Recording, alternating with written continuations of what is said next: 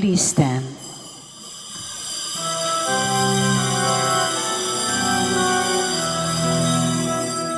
Let us go to the altar of God, the God of our gladness and joy. Let us enter the court of the house of the Lord and sing to the glory of God.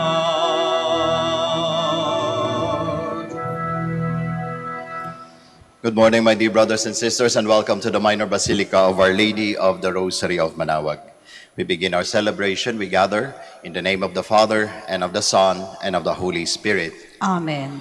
The grace of our Lord Jesus Christ and the love of God and the communion of the Holy Spirit be with you all. And with your spirit. Sisters and brothers, let us now acknowledge our sins and so prepare ourselves to celebrate the sacred mysteries. Together we say, I confess to Almighty God and to you, my brothers and sisters, that I have greatly sinned in my thoughts and in my words, in what I have done and in what I have failed to do. Through my fault, through my most grievous fault. Therefore I ask Blessed Mary, ever Virgin, all the angels and saints, and you, my brothers and sisters, to pray for me to the Lord our God. May Almighty God have mercy on us, forgive us our sins, and bring us to everlasting life. Amen. Lord, have mercy. Lord, have mercy. Christ, have mercy. Christ, have mercy. Lord, have mercy. Lord, have mercy. Let us pray. Almighty and merciful God, by whose gift your faithful offer you right and praiseworthy service, grant, we pray, that we may hasten without stumbling to receive the things you have promised. Through our Lord Jesus Christ, your Son, who lives and reigns with you in the unity of the Holy Spirit, God, forever and ever. Amen. Please be seated.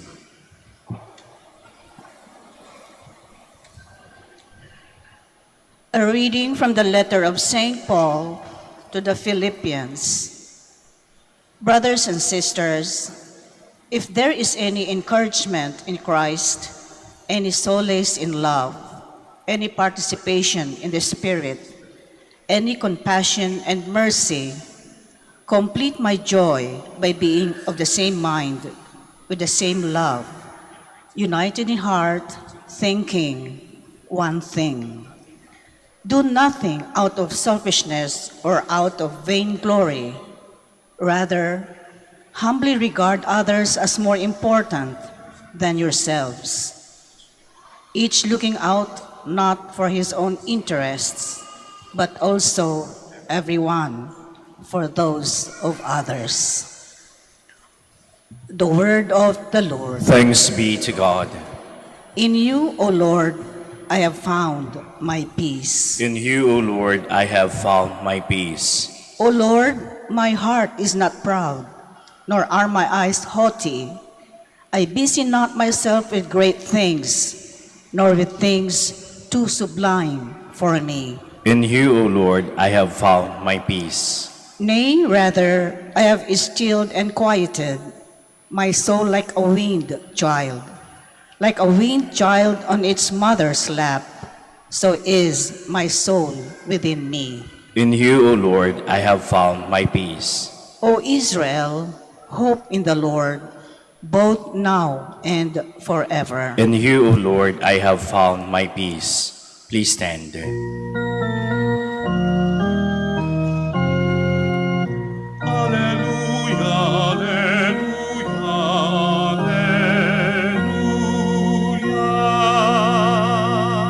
If you remain in my word, you will truly be my disciples, and you will know the truth, says the Lord.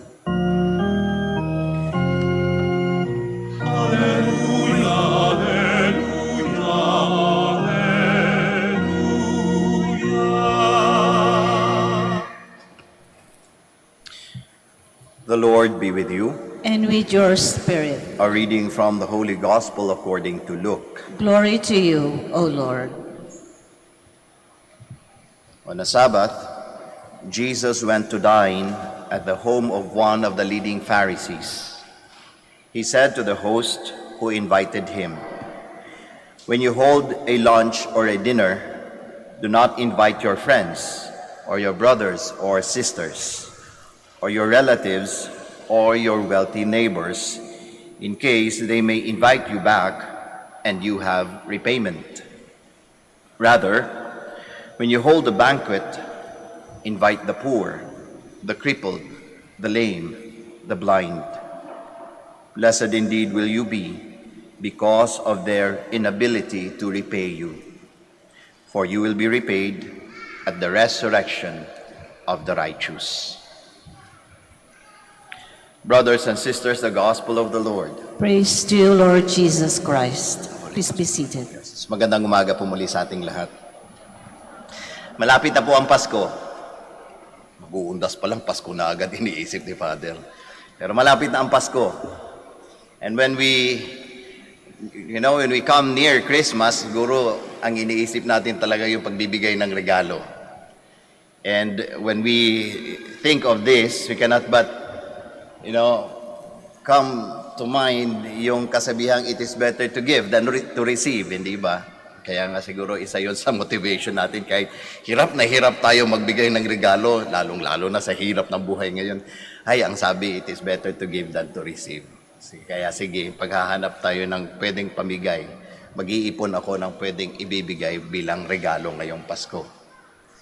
But we also, I think, have encountered yung parang meme or yung parang to make fun of that kasabihan that it is better to give than to receive. Kasi naririnig natin yung it is better to give what you received. Ibibigay mo daw yung natanggap mo din. Somehow, pag naririnig natin yun, natatawa tayo deep inside. Because it sounds funny, because that is not the usual thing. Because the principle is, it is better to give than to receive. Pero pag sinabing it is better to give what you receive, parang kakaiba. But you know what, my dear brothers and sisters, I think one of the reasons why we are somehow smiling when we hear those words, it is better to give what you receive, it is because it is actually happening in our very lives.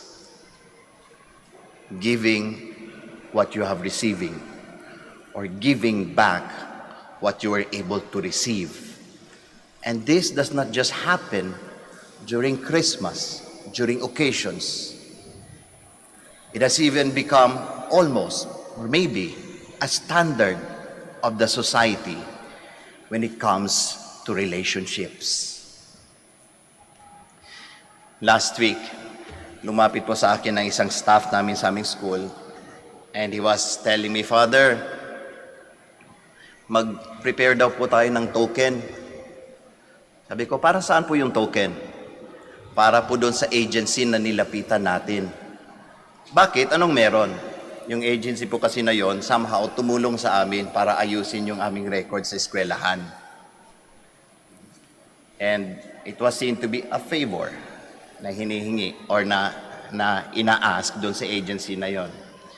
And with that, pumayag naman yung agency na tulungan kami para ayusin yung sitwasyon. Now, parang the usual custom is kapag ka mayroong pabor na binigay sa'yo, dapat bigyan mo rin ng something in return. Siguro familiar kayo dyan. Siguro nangyayari din yan sa inyo. Meron kayo hiningi na favor, bibigyan mo rin ng something na kapalit. And I was like, tama ba talaga na ganon? Hindi ba parang borderline corruption yung ganyan? Lalong-lalo na kung government agency ang nakikipag-relate sa atin. We ask a favor, and with their kindness, with their goodness in their heart, they offered help. Tinulungan tayo. Ngayon gusto nating bigyan ng something na kapalit. Para saan? Anong purpose? Alam niyo kung anong sagot sa akin? Father, normal na kalakaran na po talaga yan ngayon. Normal na kalakaran.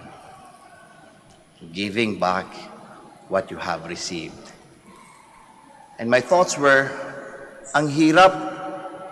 Ang hirap kasi gusto kong i-preserve yung dignity ng action ng mga tao doon sa agency.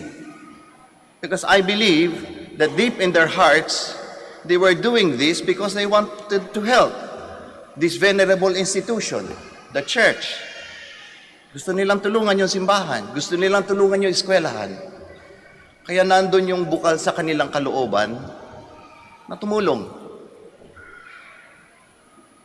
Pero hindi ba kapag binigyan na natin ng something kapalit, parang binababa natin yung kanilang pagtulong?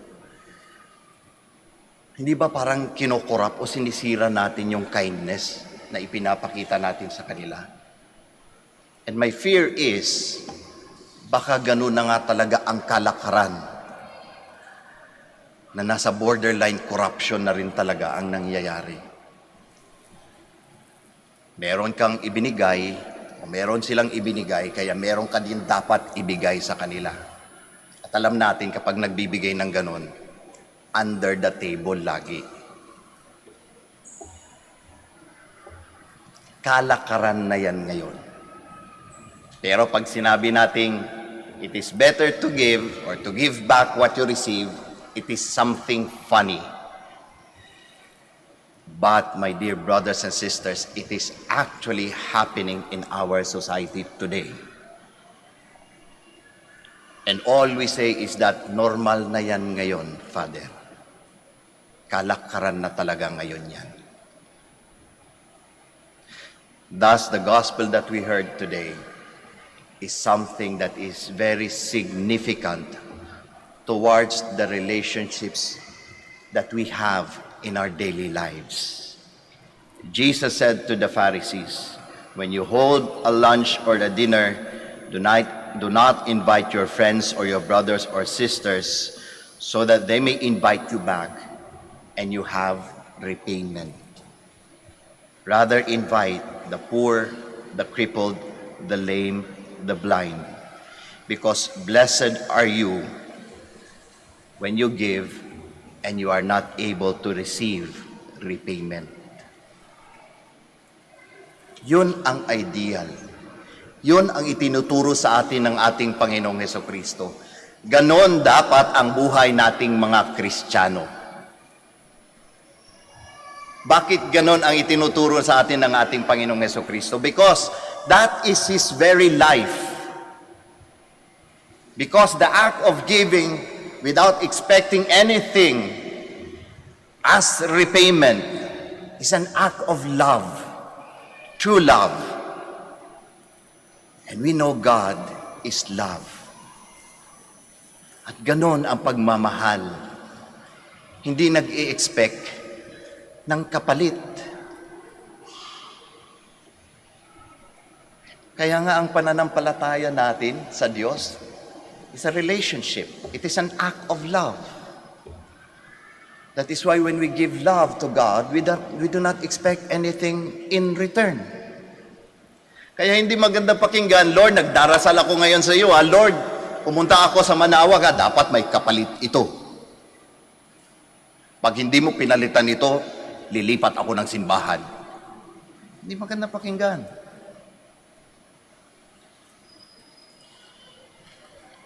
Because look at how God loves us. He loves us without expecting any repayment. That He even offered His very own Son for our salvation out of His love, inviting all of us in His banquet in heaven to become His sons and daughters. Not minding, not thinking of any repayment. Wala naman siyang makukuha sa atin eh. You're not even worthy to become sons and daughters of God. And yet He is inviting all of us. In the gospel, we are the poor, we are the crippled, we are the lame, and we are the blind. And He is the good host, inviting all of us in His banquet out of His love. Kaya nga ang pagmamahal hindi nagbibilang. Ang totoong pagmamahal hindi nagbibilang. Kaya mahirap po tanungin yung tanong na, sino bang mas mahal mo? Ako o yung magulang mo? Nagbibilang po tayo kapag kaganon. Bakit po hindi sinagot ng Diyos ang mga panalangin ko? Binigay ko naman lahat. Nagbibilang po tayo kapag kaganon. We are in a relationship in our faith.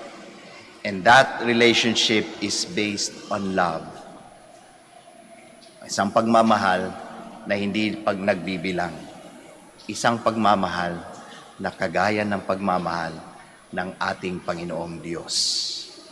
So when we love, we do not expect anything in return. We just love because that is who we are supposed to be, the sons and daughters of love. Kaya sa araw na ito, magandang pagnilay-nilayan ang mga relasyon natin sa buhay. Whatever that is, either to people, to institutions, to material possessions. If these are enveloped in love, what kind of love is that? Ang pagmamahal ba na yan na ibinibigay natin, nagbibilang?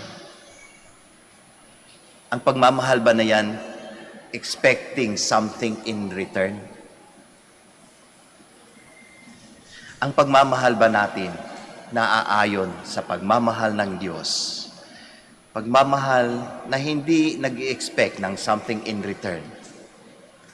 Pagmamahal na ang tinitingnan ay yung pagmamahal na nagtatanong na tama ba ito o mali lang. Yun lamang yung tanong sa pagmamahal niya. At kapag tama, ibinibigay ng buong buo, siksik, liglig, at umaapaw. Ganyan po ba ang pagmamahal natin? Magsitayo po tayong lahat. Let us pray to our Father in heaven that hospitality and openness to others may be the expression of a deep and real love. In every petition, let our answer be, Father of the poor, let us grow in your ways. Father of the poor, let us grow in your ways, that the Church may be especially attentive to the material needs of the poor and the marginalized people and provide them spiritual nourishment. Let us pray to the Lord. Father of the poor, let us grow in your ways. That public servants may always be easily accessible to all and that they may always seek the genuine good of their constituents. Let us pray to the Lord. Father of the poor, let us grow in your ways. That all who have a hard time in life may encounter people who will welcome and truly listen to them. Let us pray to the Lord. Father of the poor, let us grow in your ways. That those who have dedicated themselves to the service of the sick, the handicapped, and the poor may have the truest spirit of love and service. Let us pray to the Lord. Father of the poor, let us grow in your ways. That the dead may be welcomed into the Lord's kingdom. Let us pray to the Lord. Father of the poor, let us grow in your ways. Now in the silence of our hearts, we offer our personal and our particular intentions, and we also pray for the intentions of this Mass.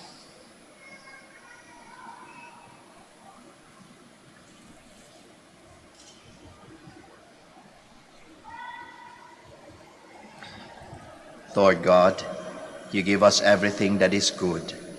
Help us to share them with others especially those in need of our care and attention.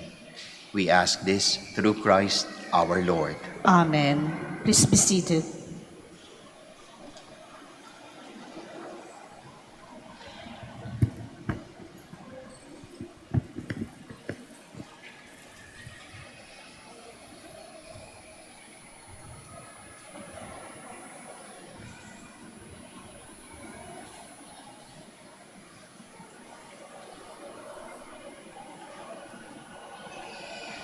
Blessed are you, Lord, God of all creation, for through your goodness we have received the bread we offer you.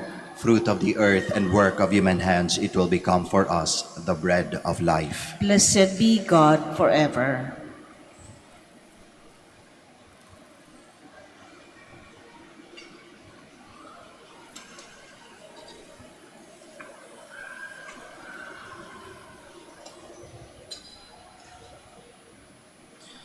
Blessed are you, Lord, God of all creation, for through your goodness we have received the wine we offer you.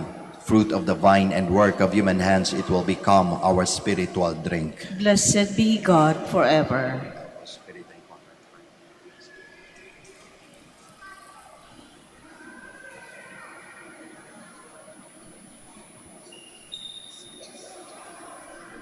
Please stand.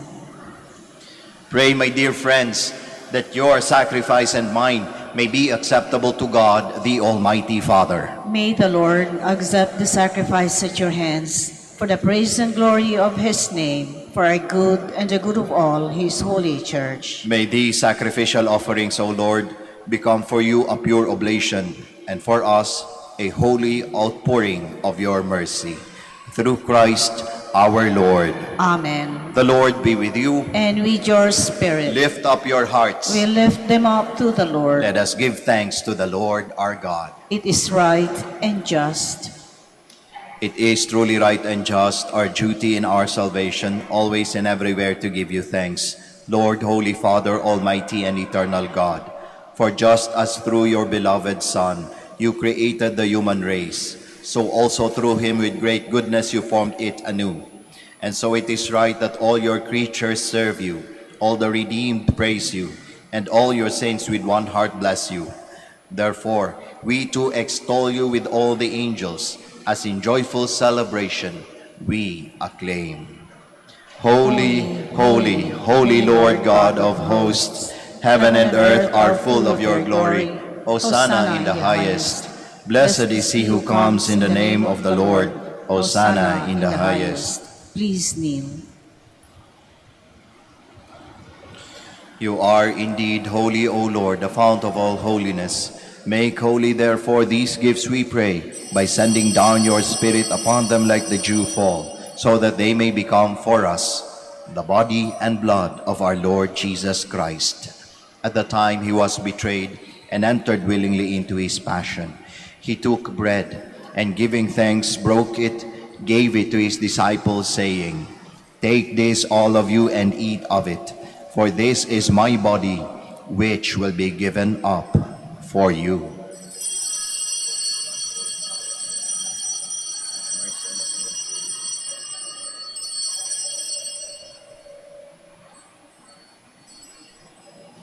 In a similar way, when supper was ended, he took the chalice, and once more giving thanks, he gave it to his disciples, saying, "Take this, all of you, and drink from it, for this is the chalice of my blood, the blood of the new and eternal covenant, which will be poured out for you and for many, for the forgiveness of sins. Do this in memory of me."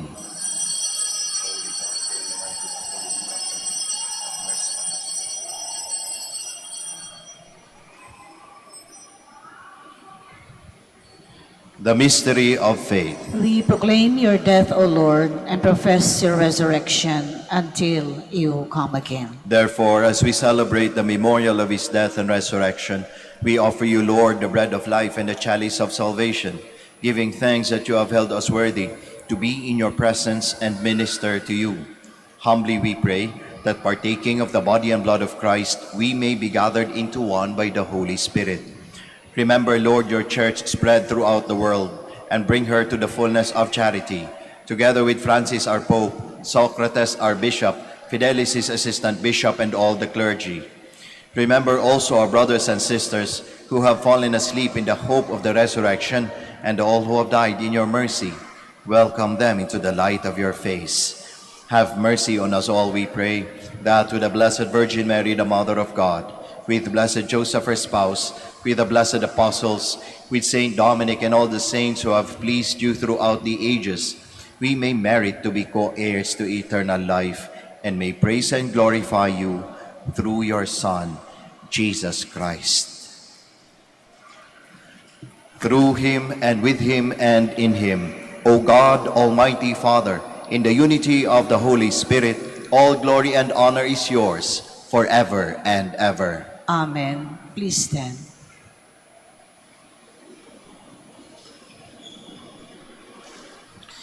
At the Savior's command and formed by divine teaching, we all dare to pray.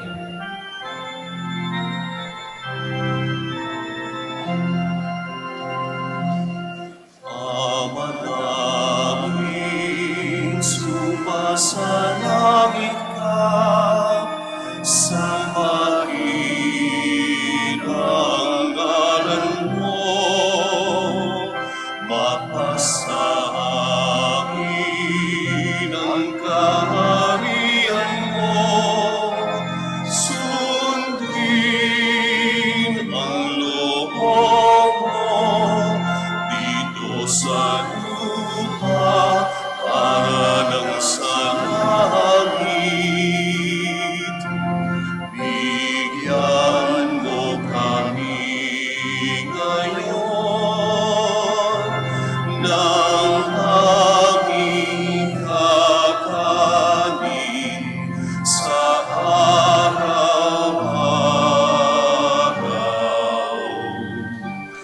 At patawarin mo kami sa aming mga sala, para ng pagpapatawad namin sa nagkakasala sa amin.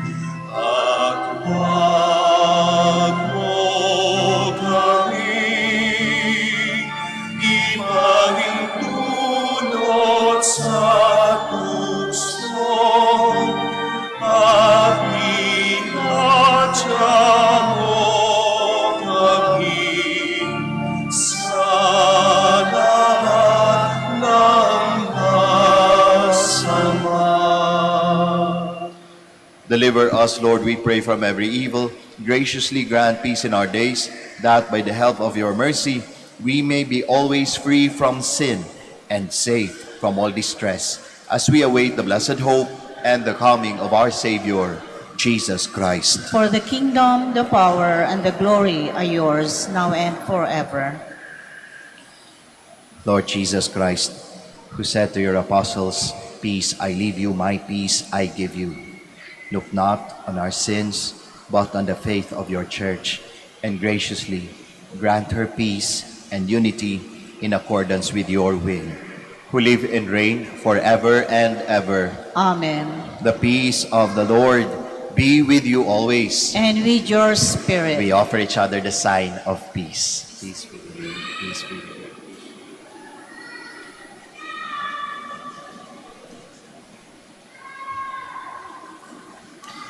Lamb of God, You take away the sins of the world, have mercy on us. Lamb of God, you take away the sins of the world, have mercy on us. Lamb of God, you take away the sins of the world, grant us peace. Please kneel.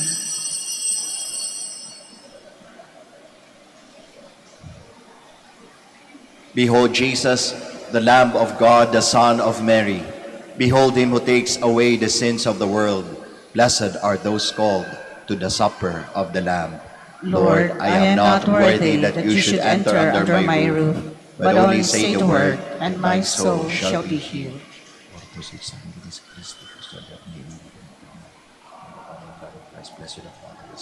Paalala po sa lahat, sa inyong pagtanggap ng komunyon, Bago humarap sa magbibigay ng komunyon, pakibaba na po ang face mask.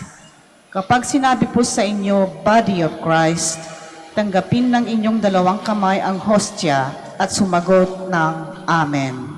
At isubo na agad ang hostya.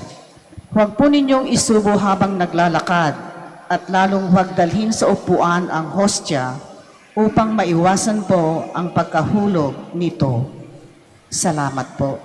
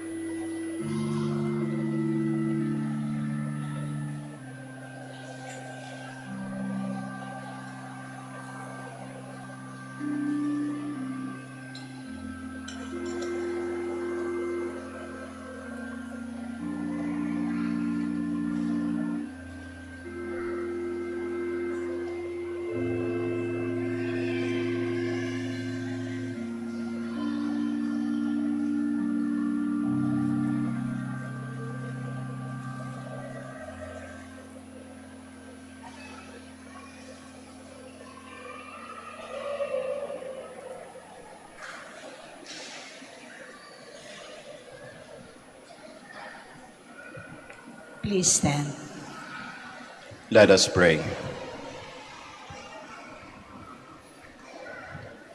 May the working of your power, O Lord, increase in us, we pray, so that renewed by these heavenly sacraments, we may be prepared by your gift for receiving what they promise. Through Christ our Lord. Amen. Bago po tayo magtapos ng ating misa, ako po'y magpapasalamat sa ating lector commentator, sa ating acolytes, sa ating Eucharistic ministers, at sa inyong lahat po na nakiisa sa misang ito. Maraming salamat po. Ingat po tayo sa ating pag-uwi at nawabaunin niyo po ang pagpapala ng ating Panginoong Diyos sa pamamagitan ng ating mahal na ina, ang Birhen ng Santo Rosario ng Manaoag. Muli po, maraming salamat. The Lord be with you, And with your spirit. and may Almighty God bless you all, the Father, the Son, and the Holy Spirit. Amen. The Mass is ended. We all go in peace. Thanks be to God.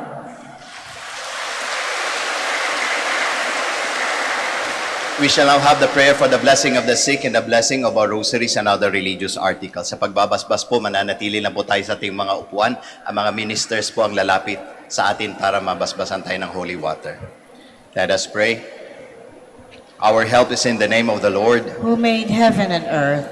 God, our Almighty Father, by your blessing you give us strength and support in our frailty. Turn with kindness towards our brothers and sisters. Free them from all illness and restore them to good health through the intercession of Our Lady of the Rosary of Manaoag, so that in the sure knowledge of your goodness they will gratefully bless your holy name. We ask this through Christ our Lord. Amen. In memory of the mysteries of the life, death, and resurrection of our Lord Jesus Christ, and to the honor and glory of the Blessed Virgin Mary, Mother of Christ and Mother of the Church, Our Lady of the Rosary of Manaoag, may these rosaries, images, candles, oils, and other religious articles, our devotees and pilgrims, be blessed and made holy. In the name of the Father, and of the Son, and of the Holy Spirit. Amen. Amen.